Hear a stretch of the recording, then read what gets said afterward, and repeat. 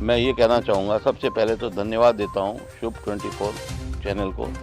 हमारा सम्मेलन बहुत सफल और बहुत अच्छा रहा और जैसी हमारी आशा थी उससे भी ज़्यादा लोग आए यहाँ पे। और सबसे ज़्यादा धन्यवाद मैं हमारे कांग्रेस के नेताओं को, हमारे बीजेपी के नेताओं को और जितने भी विभिन्न दलों के और विभिन्न संगठनों के नेता थे, उन्होंने आके जो एकजुटता का परिचय दिया है वो प्रशंसनीय है। सब ने बातें सुनी, कोई विरोधाभास नहीं था और सारी की सारी बातें ये थी कि जाट यूनिटी बरकरार रहे और रहनी चाहिए।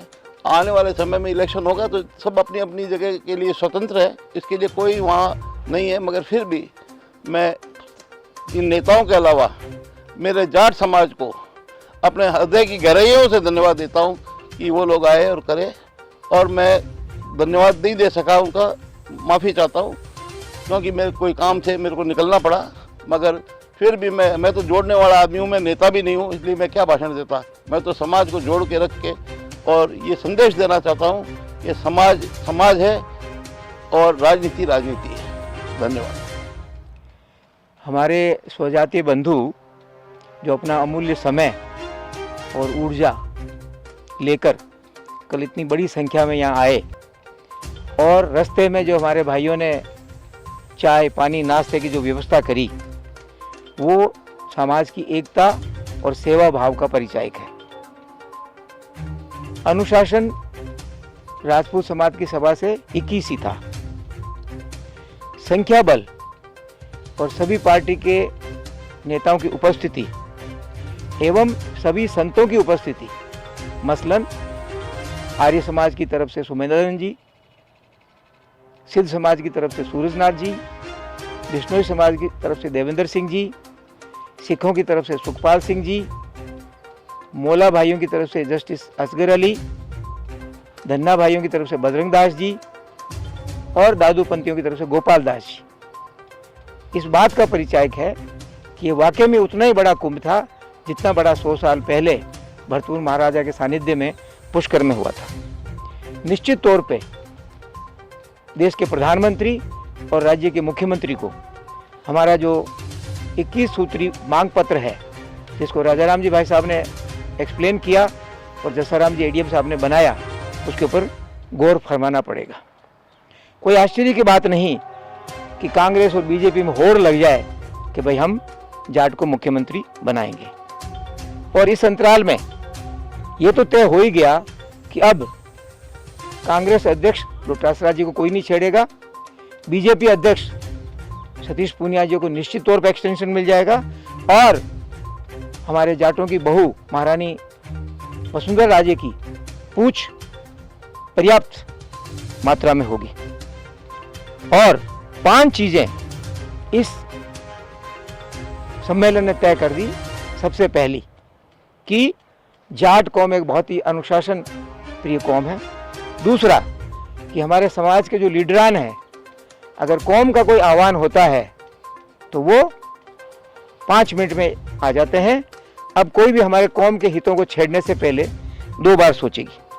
तीसरा, कौम के सर्विंग और रिटायर्ड अधिकारियों ने जिस तरह से कमान संभाली वो भी एक लेसन लर्नड है। कौम के मिनिस्टर्स, मेंबर्स ऑफ पार्लियामेंट और एमएलएस पार्टी लाइन को छोड़कर कौम के लिए बात की। अब 1971 या 1993 या 1998 की पुनरावृत्ति नहीं होगी। अगर आपको याद हो, 71 में रामनिवास जी 1 वोट से सीएम की कुर्सी पर पहुंचने से वंचित हो गए। 93 में पर्याप्त जाट एमएलए होते हुए भी नाथूराम जी मुख्यमंत्री नहीं बन पाए और 98 में 34 कांग्रेस एमएलए होते हुए परशुराम जी नहीं बन पाए, क्योंकि कुछ हमारे एमएलए ने गद्दारी की। ऐसी गद्दारी आने वाले समय में कोई नहीं करेगा और हमारे गंतव्य स्थान को पहुंचने में कोई नहीं रोक पाएगा। जय हिंद। अब मैं निवेदन करूंगा हमारे जाट छात्रावास के अध्यक्ष भगत सिंह जी लोहागढ़ से कि वो अनुशासन कैसे मेंटेन किया वो बताएं। 22 तो एमएलए थे वर्तमान, 4 एमपी थे, मिनिस्टर सारे थे और 102 भूतपूर्व एमएलए और भूतपूर्व एमपी थे। इतनी बड़ी संख्या में सरदारों की उपस्थिति इस बात का प्रतीक है कि जी जान से, तन मन धन से पूरी कौम एक है और अपने हकों को लड़ने के लिए आमादा है। सबसे पहले तो जाट महाकुंभ में दूर दराज क्षेत्रों से आए हुए हर तबके के जाट युवाओं को मैं दिल से धन्यवाद देना चाहता हूँ।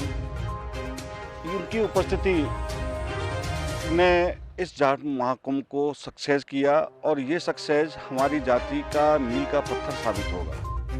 हमारी बिरादरी की यूनिटी का जो कल परिचय हुआ है पूरे देश को, पूरी दुनिया को, उसके परिणाम भविष्य में जो होंगे वो बहुत अच्छे होने वाले हैं, ऐसा मेरा यकीन है। सबको बहुत बहुत धन्यवाद है इसके लिए, सारे नेताओं के लिए। और हमने उसको व्यवस्था को अच्छे से बनाने में कोई कोर कसर नहीं रखी। जाट छात्रावास के वॉलंटियर्स थे, लोहागढ़ के वॉलंटियर्स थे, तेजा फाउंडेशन के वॉलंटियर्स थे, तो वहाँ सारी व्यवस्थाओं में वॉलंटियर का काफ़ी योगदान रहा। जहाँ तक अपनी उसका विचार है कि हाँ, आईजी महेंद्र सिंह जी और भी अपने कोर कमेटी के जो मेंबर थे सभी ने, जैसे वीरेंद्र पुनिया जी भी बहुत सक्रिय थे कल। ये एक अलग बात है कि इतना बड़ा बब्बड़ होता है, इतने सारे मिनिस्टर, एक्स मिनिस्टर, जाट सरदार आए हुए वहाँ पर, इतना बड़ा जमावड़ा था कि उसमें वो 10-5 वक्ता रह गए जिनको बोलना चाहिए था, जिनको बुलवाना चाहिए था, जैसे कि कृष्णा पुनिया, महिलाओं का कल वो हम महसूस किया बाद में, उसके लिए बड़ा खेद प्रकट करता हूँ मैं कमेटी की तरफ से। तो कल के मंच से जो मैंने आवाज़ उठाई पानी के लिए, वो एक हमारे लिए बहुत अहम ज़रूरत है पानी की। तो हो सकता है भविष्य में इस यूनिटी का और हमारा जो एक जाट महाकुंभ है, इसके जो रिजल्ट निकलने वाले हैं वो अच्छे ही निकलेंगे, ऐसा मेरा पूरा यकीन है। एक बार और सभी सरदारी को धन्यवाद, और विशेषकर जाट युवाओं में जो उत्साह था और जो प्राइड था उनके अंदर, जो सोशल मीडिया पर उन्होंने शो किया, उनका जोश, मैं तो कहता हूँ वो जवानी क्या जिसकी कहानी ना हो, और खासकर जाट लड़कों की जवानी। आप सबको बहुत बहुत साधुवाद, बहुत बहुत धन्यवाद और बहुत बहुत शाबाशियाँ।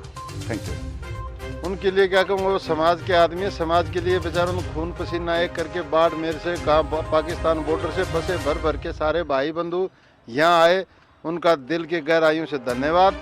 और समाज पर जब भी संकट या समाज की एकता की बात हो तो इसी तरह एकजुटता दिखाएं, ताकि समाज आगे भी बढ़ेगी और समाज का राज में भी हिस्सा रहेगा। कल का जो राष्ट्रीय महाकुंभ हुआ वो ऐतिहासिक हुआ, और उस महाकुंभ में हमारे छोटे से लेकर के बड़े से बड़ा जाट नेता सबने सहयोग किया, और उसमें सब अपने स्वयं के खर्चे से, स्वयं की व्यवस्था से यहाँ पर पहुँचे, और बहुत ही ज़ोरदार शानदार आगाज़ रहा। और साथ ही समाज ने दिखा दिया कि हम किसी से कम नहीं हैं।